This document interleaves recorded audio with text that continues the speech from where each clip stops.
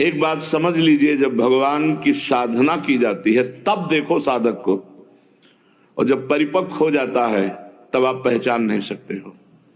वैराग्य देखना है तो भगवत प्राप्ति के मार्ग में चलने वाले साधक को देखो, और अनुराग देखना है तो सिद्ध महापुरुष में देखो। पर अनुराग की दृष्टि नहीं तो नहीं देख पाओगे।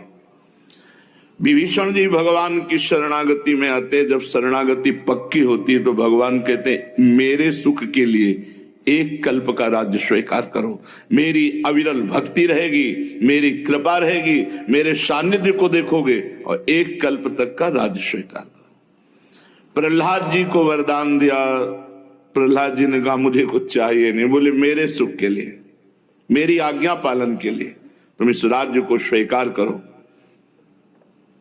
महाराज बलि का सर्वस्व अर्पित होकर जब शरणागत, मैं चलूंगा तुम्हारे साथ, द्वारपाल बन के रहूंगा, रसातल का राज्य स्वीकार करो।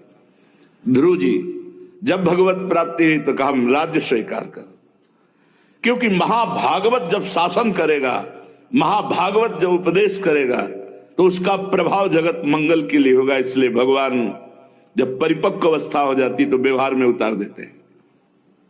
धन कमाने के लिए नहीं, यश कीर्ति के लिए नहीं। उनकी यश कीर्ति तुम लोगों के द्वारा क्या होगी? यश कीर्ति तो सबसे बड़ी, कि मैं हरिदास हूं, इससे बढ़कर कीर्ति क्या होगी? भगवान का हूं। जब कोई छोटे मोटे पदाधिकारियों का नाम लेता है, कहता मैं उसका हूं, तो कितना गर्व होता है उसके अंदर। अभिमान जाय जन भोरे, मैं सेवक रघुपति पति मोरे, अखिल ब्रह्मांड नायक परात्परी, इसका मैं दास हूं। ठसक ये सोचना कि भक्तों के पास जब भगवान है तो कौन से वैभव की कमी है।